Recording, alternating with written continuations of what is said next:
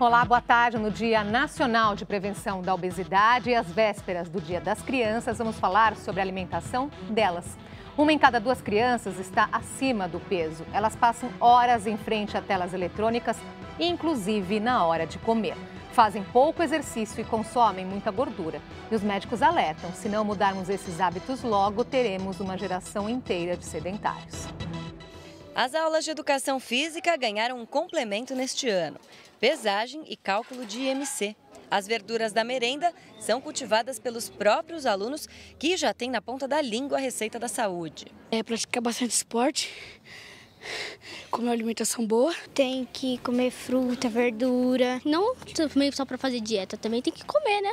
Alguma carne, às vezes, que tem carboidrato e tudo, né? As iniciativas desta escola estadual da Zona Sul de São Paulo são um jeito simples de estimular uma vida saudável.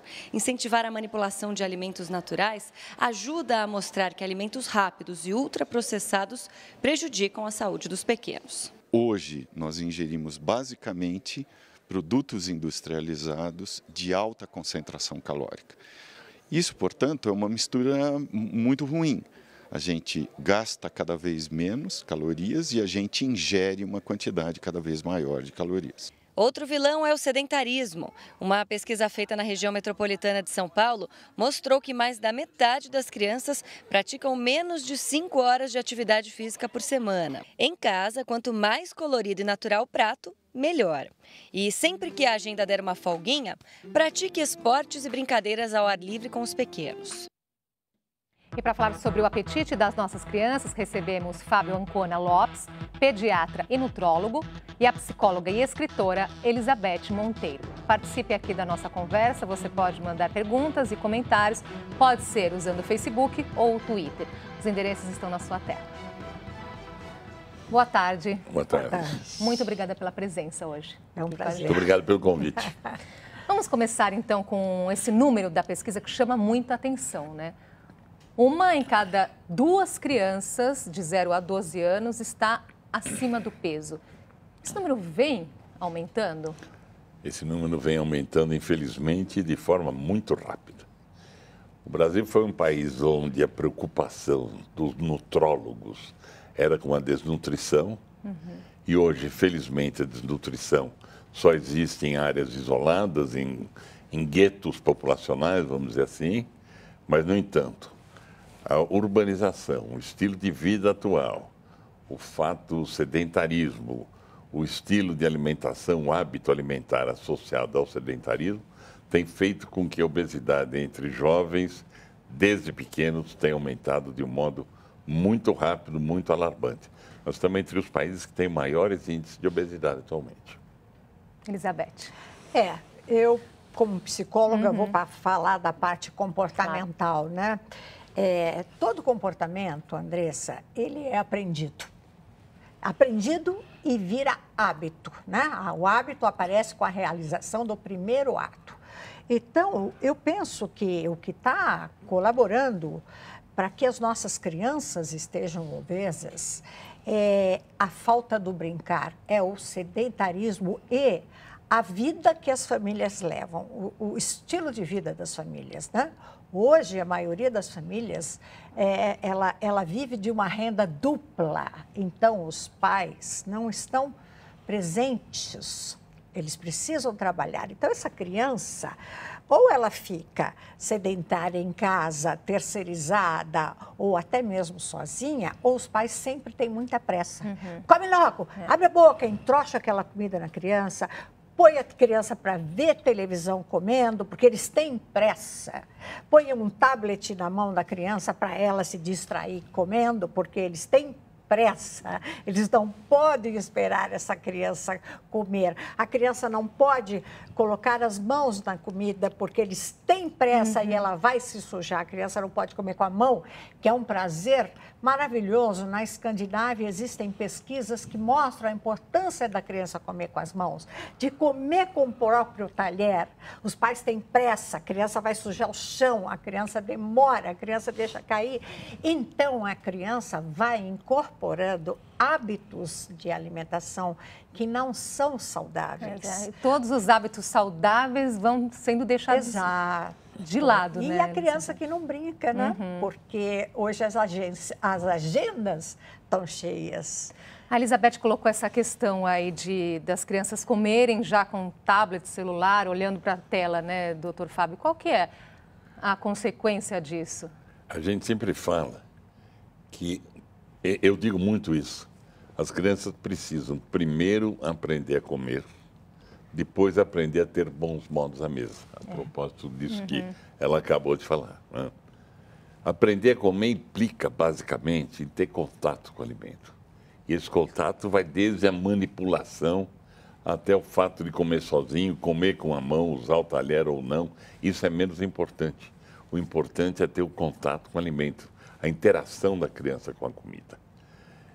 Dentro de uma idade em que isso seja adequado.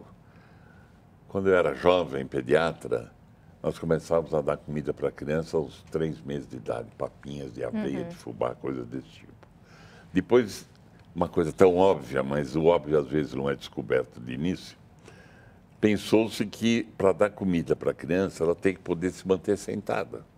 Para se manter sentada, mesmo com apoio, ela tem que ter entre 5 e 6 meses. Por quê? Porque a hora que ela está sentada, você aproxima a colher, se ela quiser, ela vem para a colher, se ela não quiser, ela se afasta. Então aí entra um primeiro preceito básico, respeitar a vontade da criança. Dentro disso, colocar à disposição da criança isso que foi dito, alimentos variados, alimentos coloridos, fazer com que ela interaja com aquilo e fazer com que a atenção dela esteja voltada para a comida. Exatamente, porque se está, né, penso eu, em outro lugar, aí, né, assistindo, por exemplo, alguma coisa no tablet, a mãe vai levar, o pai, a comida na boca da criança, ela não vai nem se dar conta do que está acontecendo, não é verdade? Inclusive... Acaba sendo automático, né? E é nessa idade também que se forma o paladar? Quer dizer, para essa criança gostar de frutas e verduras, que é aquilo que os pais sempre reclamam, ela não gosta de fruta, não gosta de verdura, né? Só gosta de coisa... forma, dizem alguns pesquisadores, no útero. No útero. A partir daquilo que a mãe come. Né? Se forma a partir do aleitamento materno, que deve ser mantido exclusivamente até os 6 meses, porque o leite acaba incorporando alguns odores da alimentação materna. E o fato de ter sentido esse odor ou esse sabor, mesmo que muito sutilmente quando a criança é pequena, faz com que depois ela tenha uma possibilidade maior de aceitar aquele alimento. E a propósito dessa questão de comer olhando um tablet ou assistindo um programa de televisão, eu acho que a gente tem que sempre pensar o seguinte, essa é uma coisa que eu digo muito. A gente vai ao cinema hoje, as grandes redes de cinema, elas vendem como se fosse normal um pacote de pipoca que é mais ou menos dessa altura, né? As pessoas entram na sala equilibrando aquele, parece 1,5 kg de pipoca, sentam e comem. E comem às vezes devora antes de começar o filme, durante o trailer, né? Mas elas comem por quê? Se ela estivesse na casa dela, sozinha, na frente daquele balde de pipoca, ela não comeria. Porque a hora que a visão está prestando atenção naquilo que passa, a imagem está chamando a atenção, a visão é um sentido que supera o paladar. Então, automaticamente, o indivíduo vai comendo, não percebe o quanto comeu, e porque está preocupado com aquilo. Então, deixar sempre que a criança faça a sua refeição junto com a família, de preferência, sem pressa, como ela falou, e sem ter uma outra distração a não ser o próprio alimento. Até porque a sensação de saciedade, ela se dá pela mastigação e pela comunicação, não é, doutor? O cérebro é comunicado de que está saciado, que a pessoa está saciada, é justamente nos hábitos, nos bons hábitos de alimentação. Comer quietinho, prestando atenção no alimento, mastigando. Então, você sabe que você está saciada porque o cérebro informa. Agora, quando você come andando para lá e para cá, vendo televisão, esta informação não vai. Então, a criança sente que está saciada quando a criança fala, tô cheia. Quando dói o estômago. E não é por aí, porque aí ela já comeu além da conta, né? Nós temos que pensar numa questão cultural que persiste ainda Eu digo que hoje ainda persiste, provavelmente mais com crianças que ficam terceirizadas com a avó. As avós têm uma participação muito importante hoje na criação dos netos, porque, como ela disse, o pai e a mãe trabalham. Que é a questão de a criança tem que ter dobrinhas, tem que ser mais gordinha. A criança não tem que ter dobrinhas. Para a avó, a criança nunca comeu o suficiente, né? Nunca comeu o suficiente. A criança tem dobrinhas, fisiologicamente, no primeiro ano de vida. O bebê é fofinho, é gordinho, cheio de dobrinhas, está ótimo. Daí para frente, essa gordura acumulada que faz as dobrinhas da criança, ela vai ser utilizada pelo organismo na incorporação de massa muscular e de esqueleto. Então, a criança fica mais fina à medida que ela está ganhando em altura. Quando a gente chega num pré-escolar, uma criança de 3, 4 anos de idade, que as avós sempre acham que está extremamente magra, o pré-escolar é uma criança de perninha fina e costela que aparece. Isto é o normal. Só que como a nossa cultura ainda não faz acreditar que isso é normal, a tendência é sempre superalimentar a criança, porque ele está muito magrinho, coitadinho, o que não é verdade. O adulto sempre tem a mania de colocar o estômago dele no estômago da criança, né? A criança fala, não, eu estou sem fome. Como está sem fome? Está com fome sim, come. Quer dizer, nega até a percepção da criança. A criança está sem fome e o adulto nega essa percepção. Isso faz com que a criança também vá crescendo sem confiar nela.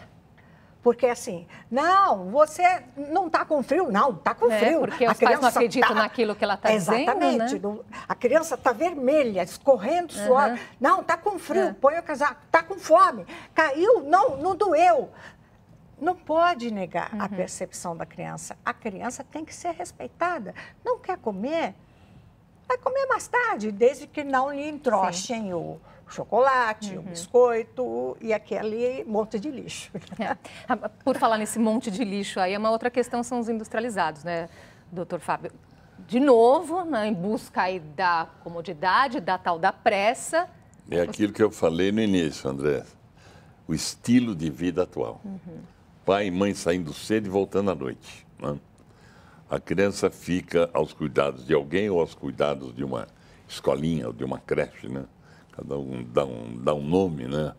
Eu acho engraçado, escolinha, criança de 6 meses está na escolinha, né? Está, na verdade, numa creche, né? E a facilidade que a indústria colocou em termos de alimento. Tem 2 grandes vilões na alimentação nessa fase da vida. A gordura e o sal. Hoje nós mandamos as crianças, quando começam a primeira refeição, o primeiro almoço, o primeiro jantar, não colocar sal nenhum na alimentação, numa tentativa de fazer com que a criança cresça não gostando de comida com muito sal. A gente sabe que no Brasil a gente usa 3, 4 vezes mais sal do que o máximo permitido pela Organização Mundial de Saúde. A gordura e o sal são os que dão alimento mais saboroso, mais crocante.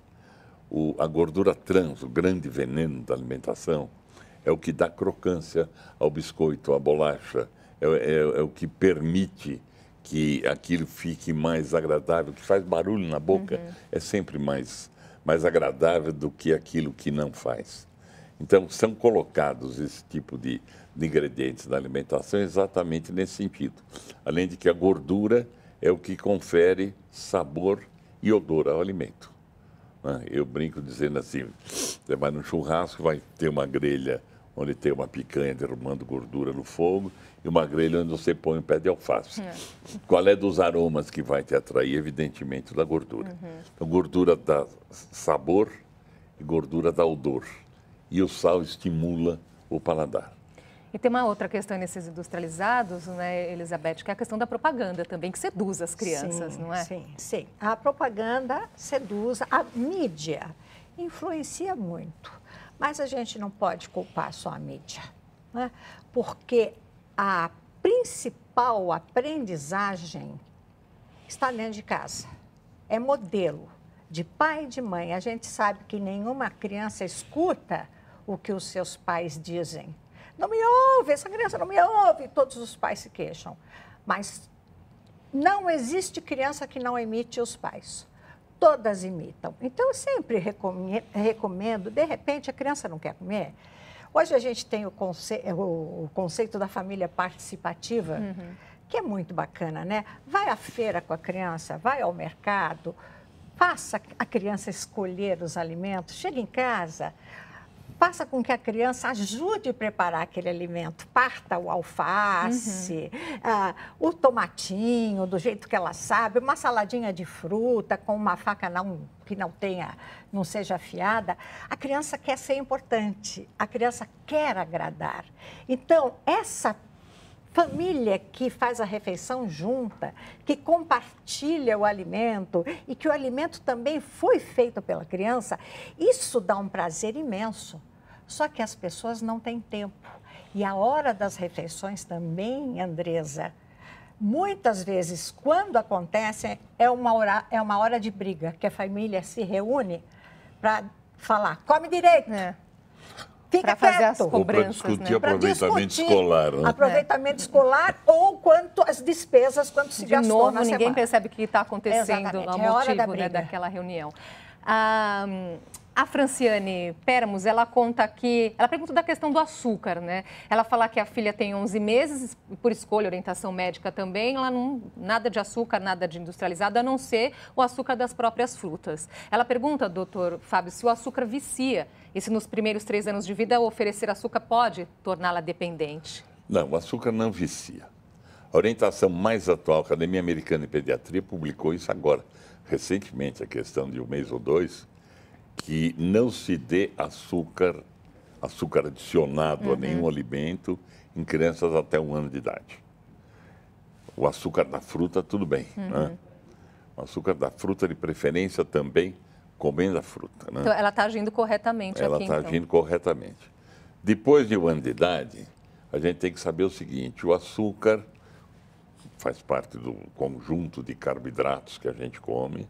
Eles são responsáveis por aproximadamente metade das calorias que vão ser consumidas no dia e uma pequena parte desses carboidratos pode ser sob a forma de açúcar simples, uns 10%. O que, se fizer a conta, vai dar aproximadamente 2 colheres de chá de açúcar, ou seja, nenhuma criança um pouco maior deve ser proibida de comer um pedaço de bolo, porque no bolo entrou um pouco de açúcar. Desde que isso não seja a base da alimentação dela. Nós vamos precisar fazer uma pausinha aqui na nossa conversa. A gente volta já.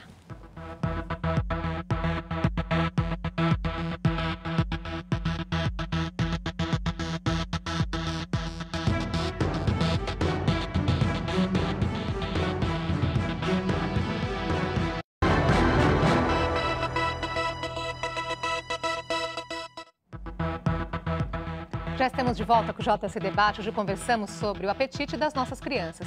Com a gente o pediatra e nutrólogo Fábio Ancona Lopes e a psicóloga e escritora Elizabeth Monteiro. Continue aqui participando com as suas perguntas e comentários pelo Facebook e pelo Twitter. Exemplo ensina. Os bebês estão de olhos atentos ao redor. E não é diferente em relação à comida. Por isso, não basta dar produtos saudáveis para as crianças. É importante ter uma alimentação saudável na frente deles. Desde que a Maria Luísa nasceu, há 1 ano, Jussiara mudou os hábitos alimentares, pelo menos na frente da filha.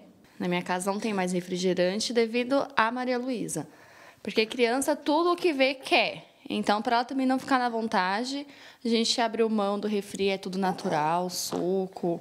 A atitude da pequena Maria Luísa é comum aos bebês. Eles prestam atenção, sim, no que os adultos estão comendo.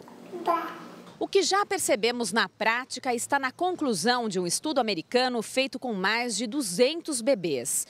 Os pesquisadores descobriram que crianças de até 1 ano de idade são capazes de relacionar alimentos com grupos sociais, ou seja, seguir os hábitos de pessoas próximas, como os pais. E se o exemplo é sempre a melhor maneira de educar, na mesa não é diferente. Uma boa alimentação familiar ensina aos bebês, desde cedo, hábitos saudáveis. É muito importante os pais terem um hábito alimentar saudável, desde a compra do supermercado, desde as escolhas alimentares, tanto dentro quanto fora de casa, para que as crianças entendam e saibam quais são as melhores escolhas em relação a uma alimentação saudável e equilibrada. E isso vai refletir nas escolhas alimentares deles do dia a dia. Pois é, o que chama a atenção aí, né? Não são só as crianças um pouquinho maiores, os bebês. Sim. Já estão de olho na nossa alimentação. Sim. E seguem o exemplo, Elizabeth. Seguem. Nossa, eu me lembro muito bem, né? Família de italianos, que a minha mãe, a minha avó falavam, e isso acontece ainda hoje. Dá um pedacinho de carne para o neném chupar, né? E o neném ficava chupando. Quando você come alguma coisa perto do bebê, ele fica com aquela boquinha salivando, né? Você está tomando alguma coisa, ele quer pôr o dedinho. Tem até pessoas que imprudentemente deixam a criança colocar o dedinho na cerveja, no vinho, e provar, e que molha a chupetinha na bebida. Isso é muito grave, é gravíssimo. Então, a gente tem que realmente ver o que a gente está comendo quando a criança está perto, comendo ou bebendo, né? Porque é aí que a gente está ensinando. Acho que aqui foi dito uma coisa fundamental. Né?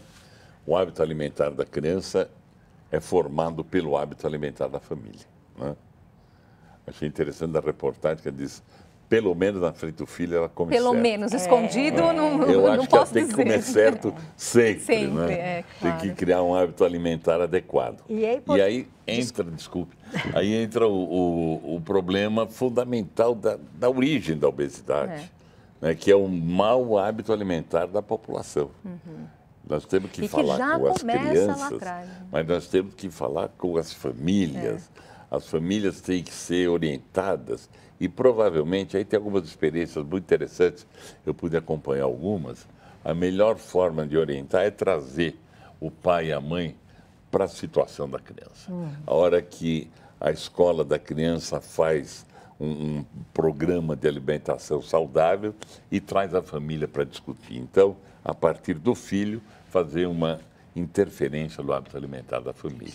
Olha, a Cecília Alves, ela conta que ela tem 21 anos, mas ela ainda, né, tem aí, preserva alguns hábitos que ela tinha quando era criancinha, né? Como, por exemplo, vez por outra comer aí algumas porcarias, né? Ela coloca que cita até a batatinha industrializada. Ela fala, é bem difícil, né? Algum horário que eu tenho fome, entre as refeições, eu comer algo que seja realmente saudável. Mas qual o limite aí, né? Porque também não dá para proibir tudo. Eu diria crianças, que né? ela colocou uma coisa que até é um atenuante. Vez por outra, ela come isso que ela chamou de porcaria. Ela fala que é entre as refeições, né? Mas se for todos os dias, já não é uma vez por outra, né? Acho que a coisa mais importante que a gente pode falar em termos de recomendar uma alimentação saudável, além de tudo aquilo que é chavão, variado, colorido, etc., é que assim, nada é proibido, desde que seja consumido em quantidade pequena e desde que não seja consumido tudo de uma vez.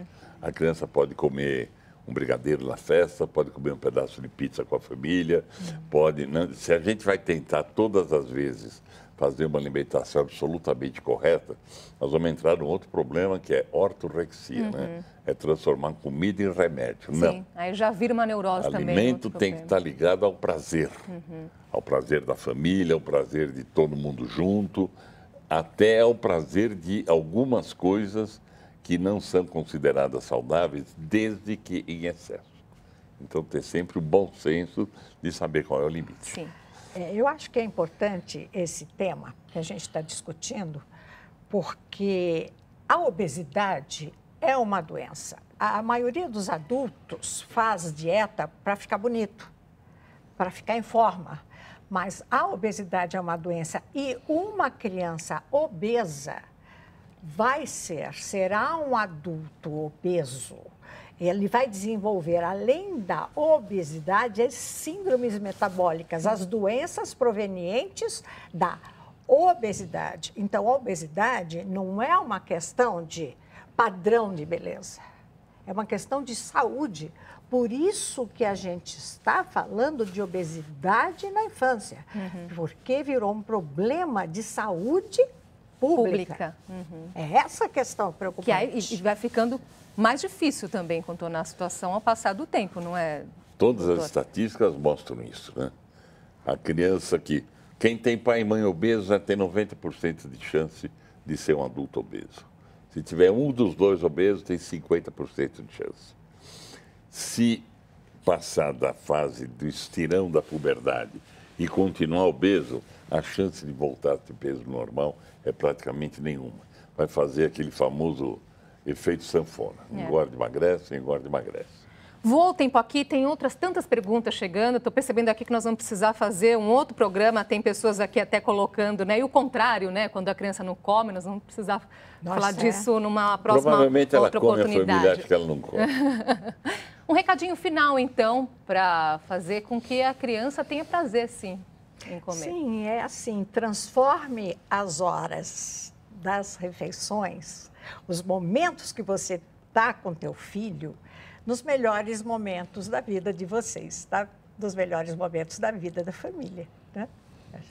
Doutor Fábio. Crie bons hábitos. Crie bons hábitos, faça com que seu filho cresça comendo bem, como você também está comendo, sabendo o seguinte: se existisse um remédio que eu tomo hoje, amanhã não estou mais obeso, não teria nenhum problema. O grande problema de obesidade e de hábito alimentar é exatamente isso. Mudar hábito é muito complicado, é muito difícil. Então, em vez de mudar, vamos criar o hábito adequado desde o início da vida. Fica bem mais fácil. Muito obrigada por esse papo aqui tão gostoso e até uma próxima, então. Muito obrigada. Obrigado. O JC Debate fica por aqui. Em nosso canal no YouTube estão todos os nossos programas anteriores. Uma ótima tarde para você.